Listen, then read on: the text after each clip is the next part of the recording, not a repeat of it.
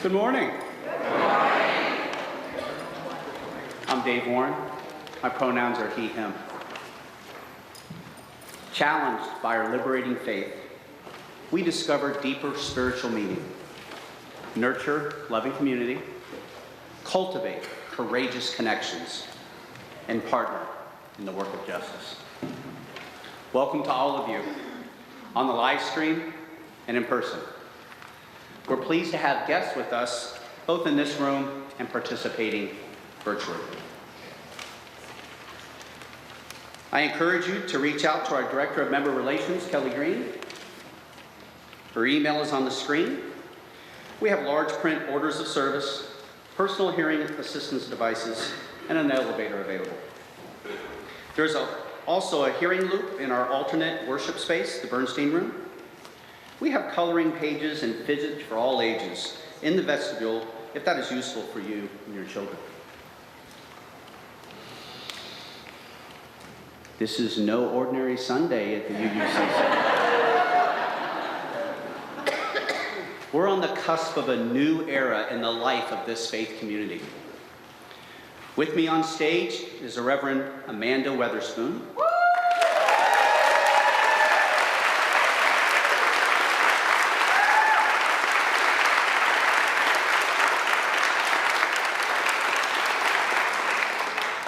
Who most of you know is the candidate of our minister search team to be this congregation's new settled minister. And this is the first day of what we call candidating week. This congregation's first candidating week in 21 years. Until now, only a few of us have met Reverend Amanda. The 6 other members of the search team and I unanimously chose her in a months-long nationwide search from a wealth of well-qualified applicants. We've been singing her praises for the last 3 weeks. Now she is here to meet all of us. Welcome, Reverend Amanda.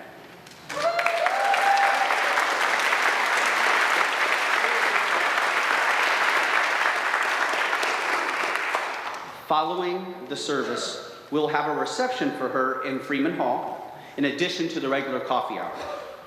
It is the first in a series of events the search team is hosting over the next week. You'll have several chances to speak with Reverend Amanda, including in-person and online gatherings and forums. See this week's Currents newsletter for details and to sign up for those events with limited capacity. Candidating week ends with another service Reverend Amanda will lead next Sunday.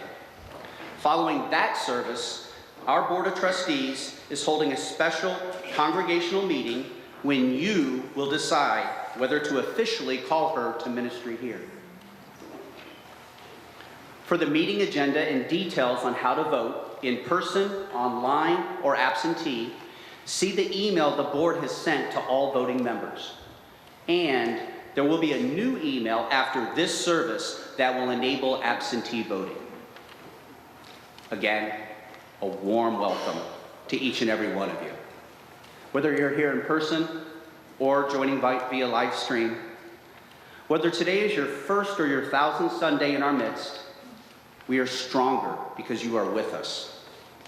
We are one people of many beliefs, origins, identities, and genders. We are all growing, all loved. It's good to be together.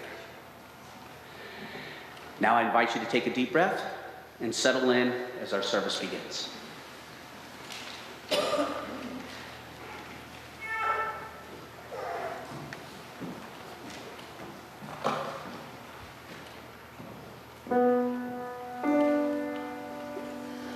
We shall be known by the company we keep, by the ones who circle round to tend these fires.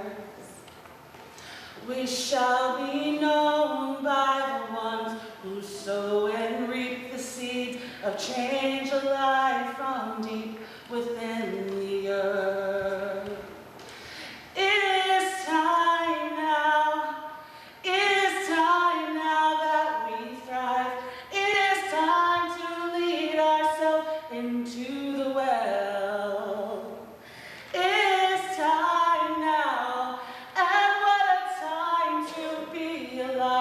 In this great turning we shall learn to lead in love. In this great turning we shall learn to lead in love. We shall be known by the company we keep, by the ones who circle round to tend these fires. We shall be known by the ones who sow and reap the seeds of change alive from deep within the earth. It is time now. It is time now that we thrive. It is time to lead ourselves into the well. It is time now, and what a time to be alive. In this great turning we shall learn to lead in love. In this great turning we shall learn to lead in love.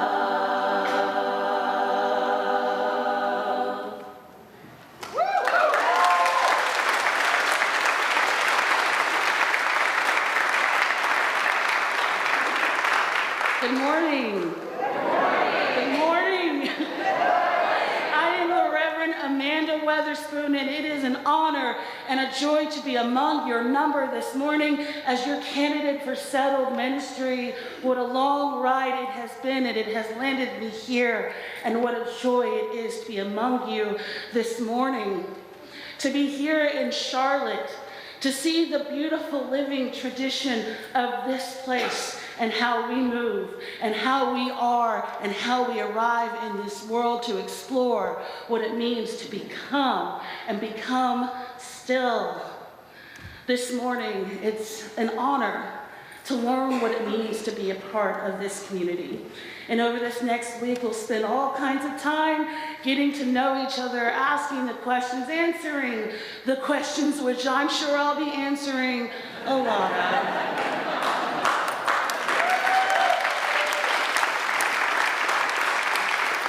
And I wouldn't have it any other way. That's kind of just who we are and how we do. But this morning, in this time of worship, this place made sacred by each and every one of us, I invite us to settle into this moment, into this sacred time of new beginnings, this time of exploration, this time of learning together this morning. So come and let us worship together. And I invite you to rise in body or spirit for my favorite hymn, our opening hymn, number 347, Gather the Spirit.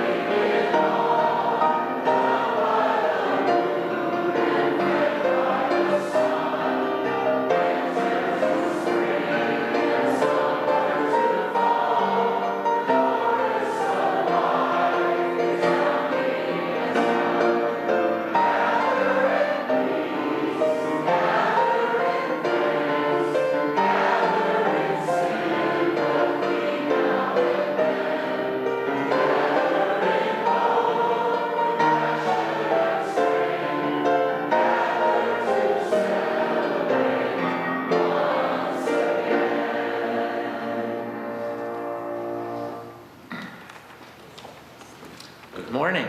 Good morning. I haven't seen this place this full since the heyday of Follies. This is wonderful.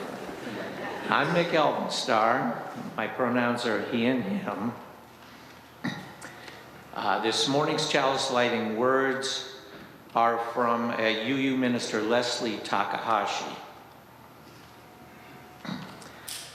All that we have ever loved, all that we have ever been, stands with us on the brink of all we aspire to create. A deeper peace, a warmer love, a more embracing hope, a deeper joy in this life that we all share. And might I add, a deeper joy in this community we all share.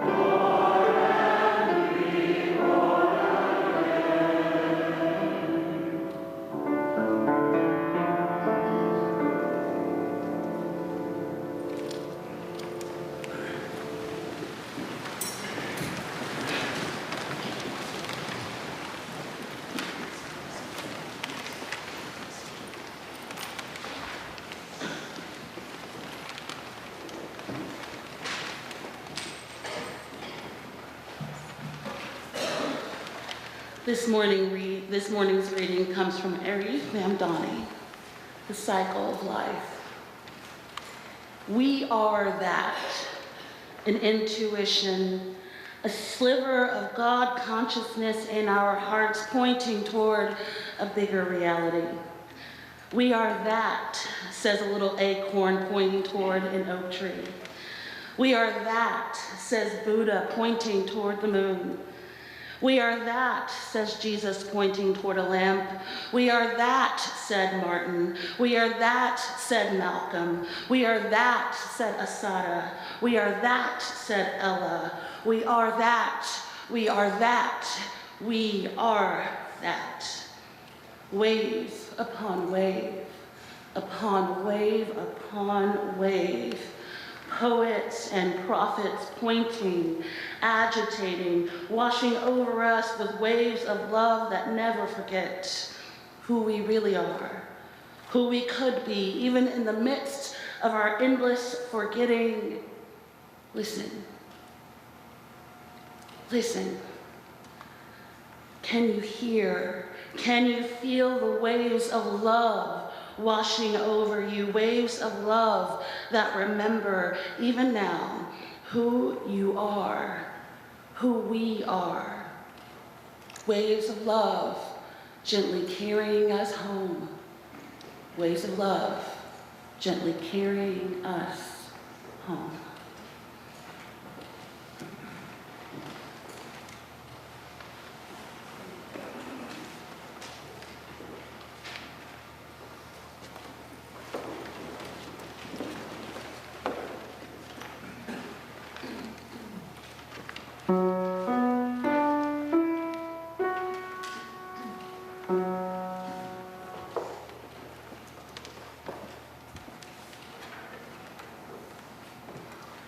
For each child that's born, a morning star rises and sings to the universe who we are.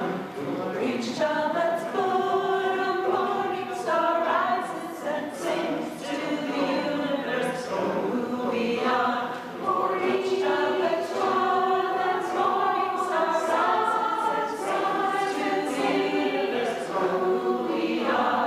For each child that's born, that morning star rises and sings to the universe who we are.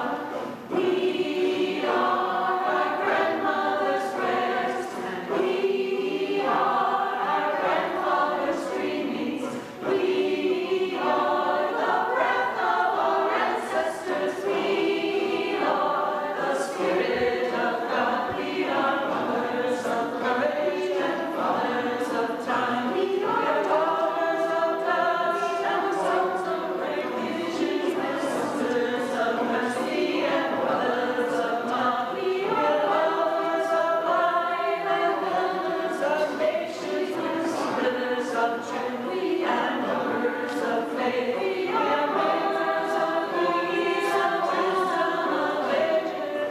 We are our grandmother's prayers, and we are our grandfather's dreamings. We are the breath of our ancestors. We are the Spirit of God. For each child that's born, a morning star rises and sings to the universe and beyond. For each child that's born, a morning star rises and sings to the universe, Spirit beyond. For each child that's born, a morning star rises and sings to the universe, who we are. For each child that's born, a morning star rises and sings to the universe, who we are. We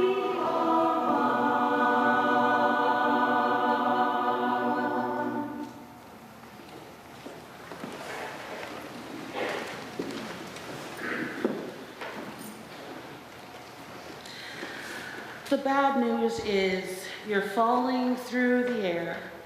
Nothing to hang on to, no parachute. The good news is there is no ground. That's from Chogyam Trungpa. There is no ground. See, that doesn't really work for a sermon that's supposed to be about roots and trees and growth and tradition. That's what I wanted to come here and talk about. A nice, tidy little sermon about who I am and who we are as UUs and our living tradition, all encompassed in a ready-made tree metaphor with the roots for this Sunday and the branches for next Sunday, because who doesn't love trees? Well, my allergies don't really love trees this morning, but in general, they're pretty spectacular. The science of it all, the beauty of it, the poetry of it, it lends itself to a metaphor. But every time I sat to write this, the words just wouldn't come, because all I could think of is what it feels like to free fall and never hit the ground, and how well that describes my experience as both a Unitarian Universalist and a minister, and this entire journey into ministry, the journey that has brought me into this very room, a free fall of faith into this faith. And oh boy, I didn't want to bring up the word faith. At least not faith in that sense. You know, it's an odd job to be a minister in a pluralistic tradition such as ours.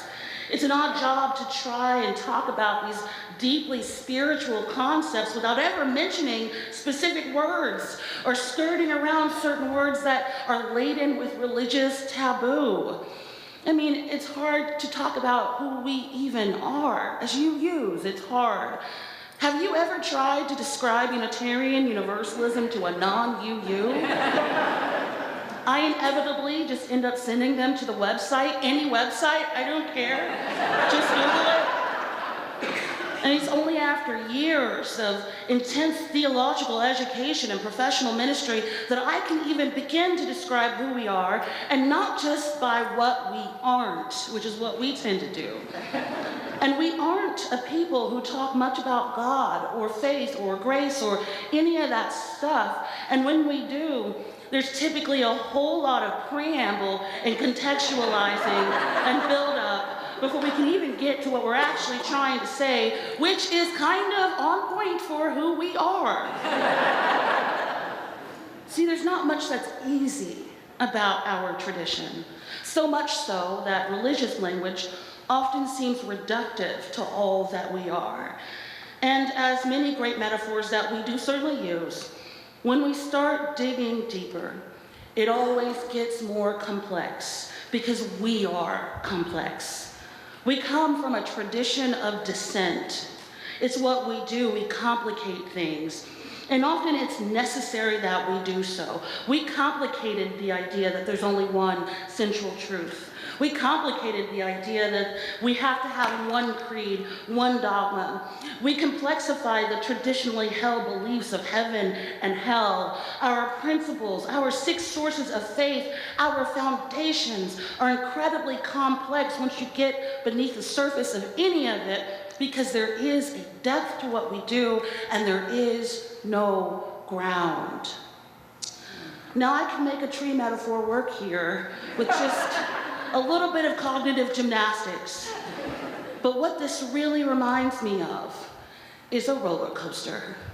Now, there are many things in my life that have changed over the years, but one thing that will remain the same is the one thought that goes through my head as I am strapped in, riding up the ramp of a roller coaster. What was I thinking getting on this roller coaster? You can hear every creak, every clink in the machinery, and I'm looking down at this harness, wondering if this little belt can really hold all of this in. And I'm plastered back to the seat, and all I could see is this steep upward slope and the wide open sky. And as we inch our way to the top, clink by clink, I know what's coming, you know what's coming, we all know what's coming, but I don't know how or when it will happen. Yes, I saw this roller coaster before I got on, but it looks completely different from that vantage point. And I feel completely different being on this roller coaster than in that line. And what was I thinking getting on this roller coaster? And why did I sit in the front? And I paid for this? I tell you. And then there's this moment when you're at the top and you're just waiting. The eternal pause. And the anticipation is palpable, and I can hear my heartbeat in my ears, and it's like all of nature stands still, everything on mute. And then we're on our way, plummeting down, heads banging back and forth in the rests, bodies fully braced, our stomachs in our throats.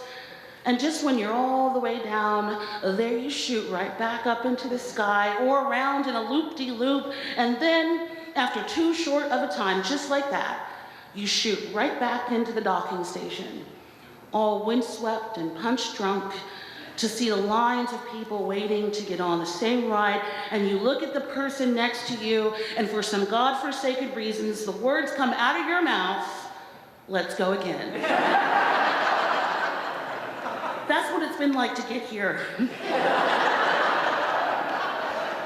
To all of you have been only notions on paper to me, and me, who has only been a notion to all of you. And what do I have to say now in the midst of this ride? Because it ain't over yet. If anything, it's only getting started. God willing, it's only getting started. So what do we say to each other mid-free fall? Now, if I'm on that roller coaster next to someone that I know, usually all I can manage to do on the way up is to squeeze their hand, and then to bear witness to one another's experience on the way down, whether we're screaming or crying or laughing, whatever it is, just bearing witness. So this is me squeezing your hand, saying that I'm with you on this ride, and that I also don't know what's going to happen. I'm just happy to be here with all of you. And we're on this ride together now because We chose to be here together. We chose to be a part of this complex and free faith that doesn't give us any one single answer, but that free falls its way through the transcending mystery and wonder and invites us to do the same. And in all the words I could conjure up to share with you this morning, all the eloquent and meaningful ways to talk about our living tradition and the roots and the history and our hopes and our visions and all that good stuff, only one word keeps resounding through my soul, only one word keeps ringing through my very being. Yes. Yes to the mystery. Yes to this living tradition. Yes to the future. Yes to the past. Yes to the challenge. Yes to what is already is in this moment. And yes to whatever there is to come. Oh, my friends, I wanted to dazzle you with all my wit and my intellect, to bring forth some profound insight into life, the universe, and everything. And yes, that is a reference to Hitchhiker's Guide to the Galaxy. Thank you very much. Oh, I wanted to perform some idea of what it is to be a minister and to show you that I got what it takes, that I got the goods. But I couldn't write that sermon. In all my mental anguish, I couldn't write that sermon because that's not true to who I am. That doesn't honor my direct experience of this faith that invites the fullness of who we all are, a faith that has welcomed me as a queer, Black, humanist woman, this faith that has called me from my community and ordained me in my fullness and has expanded for me as I have expanded with it, and not for any other reason than the yes that resounds through my spirit. That is my imperfect offering to you this morning. And that yes, like most things in Unitarian Universalism, that yes is hard fought. Just a quick gander at our history shows us just how difficult and long of a journey it has been, stretching all the way back to the 1500s in Transylvania with the Edict of Religious Toleration, reaching all the way to the Cambridge Platform in New England in the 1600s, to our open rejection of the Trinity in the 1800s. Oh, the blasphemy, oh, the scandal. Then to the consolidation of the Unitarians and the Universalists in 1961. Oh, the drama. And all the way to the first time that this woman right here, at the ripe old age of 23, walked into her first UU church nestled in the foothills of Tennessee in 2009 and began to heal her own religious trauma. That, yes, has never been easy, but it has always been necessary, because we have always known that there is no ground, no end, no final point to this task of liberation and progressive religion. And we will work for our place in this world. We will sing for our supper and take our place at the table, because progressive faith has a voice in this world and it needs to be heard. And if the table's not big enough, we'll work to make it bigger. And if it can't be expanded, well, by God, we'll build a new one. That's the faith I say yes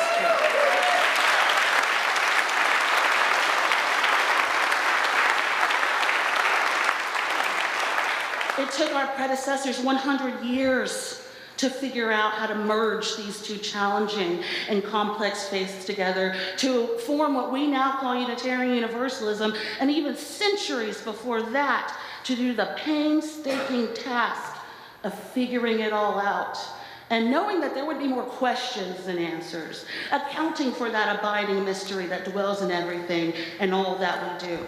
And in their toiling and their debating and their number crunching, I can't help but wonder if they knew they were creating this for someone like me, to step into this living tradition that is still alive directly because of the work that they lay forth for us to continue. I think it would be beyond their wildest dreams, but not just because of me, but because of all of us. That is the free fall into a free faith that I'm talking about. putting forth work that can end up anywhere or nowhere, following a call without knowing the destination, but understanding that there is a destination, even if you're not around to see it, trusting that the words will come, that the time will come, that the people, your people, our people, will be on that ride with us, even if none of us have the answers, and we all get on each other's nerves from time to time, even when we're scared, even when we're nervous, and especially when we're imperfect and all we have is our yes. And at the end of it all, to behold one another and have the sheer audacity to get back on the ride, look at each other and say, let's go again. So this is me squeezing your hand, because we might free fall. But the good news is, there is no ground. Amen. Blessed be.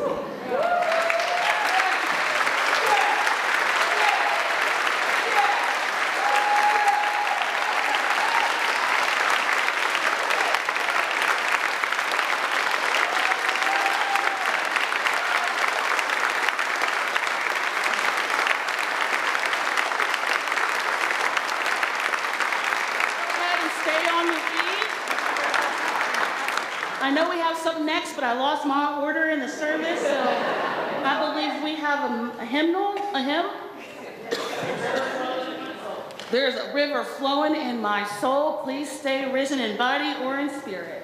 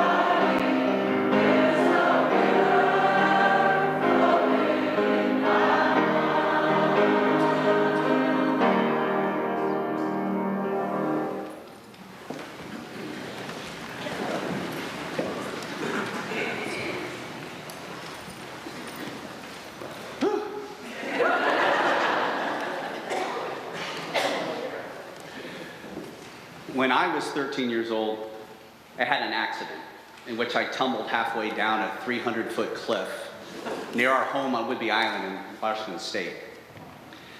This adventure earned me a dislocated hip, a significantly scraped up face and arm, and a helicopter ride to the hospital. It also resulted in my serious dislike of negative G-forces and any activity that produces that feeling in my stomach. Over 30 years later, when my young children wanted me to ride the kiddie roller coaster at Carowinds with them, it wasn't a big deal until a few years later. Then they wanted to ride a bigger roller coaster. I did not want to ride it with them. However, they really wanted me to go on it with them. So I put on my best face and I braved it. For them. It was not fun for me. But I'm glad I did it for the people I love, for my family. When we live in community with others, we accompany them on different rides in our shared lives. Some rides are full of fun, laughter, a splash of water in your face. Other times, the ups and downs of the roller coasters that are our lives bring real trauma, pain, and loss for some. As our UU community continues to grow in numbers here and grow in spirit, we will continue to have opportunities to join each other in a number of various endeavors. Sometimes that work is making coffee together. Sometimes it's speaking up when someone has caused harm. Other times, it's walking together in the streets of Charlotte to promote life-changing transformation. Being on this ride together does not necessarily mean fixing someone else's problem or even making them feel better. It's often a matter of just being there, buckled in beside them, sharing space in love with a curious mind and an open heart.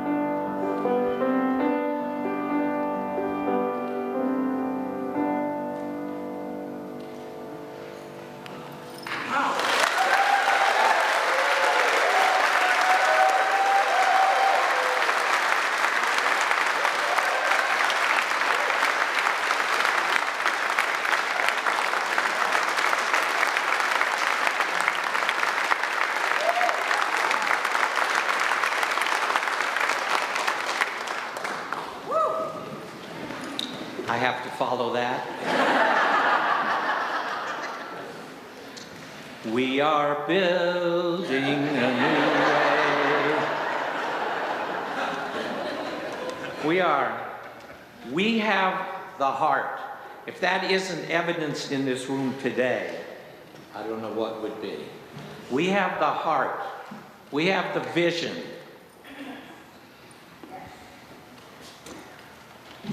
And we have bright hopes for the future. So what else do we need? All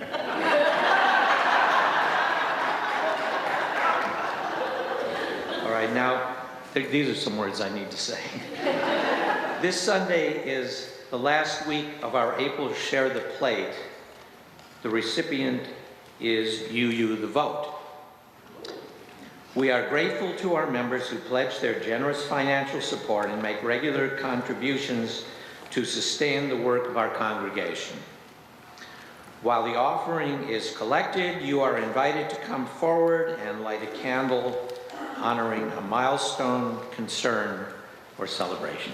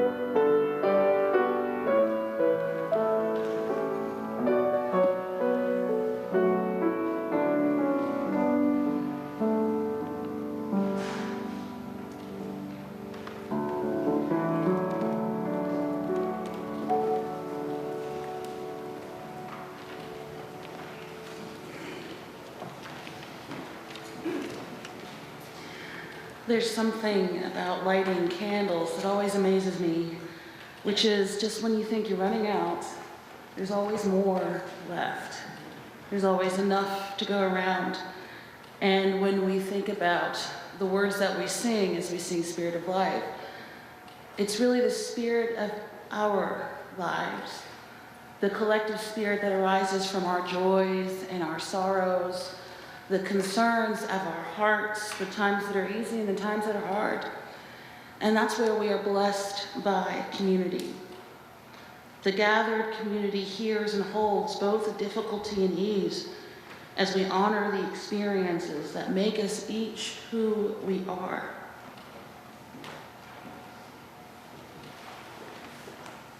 We hold Sarah Graham with love as she grieves the loss of her husband, Artie. He passed away peacefully this past Tuesday. We send our care to Jennifer McLeod as she helps her father, who recently had a house fire.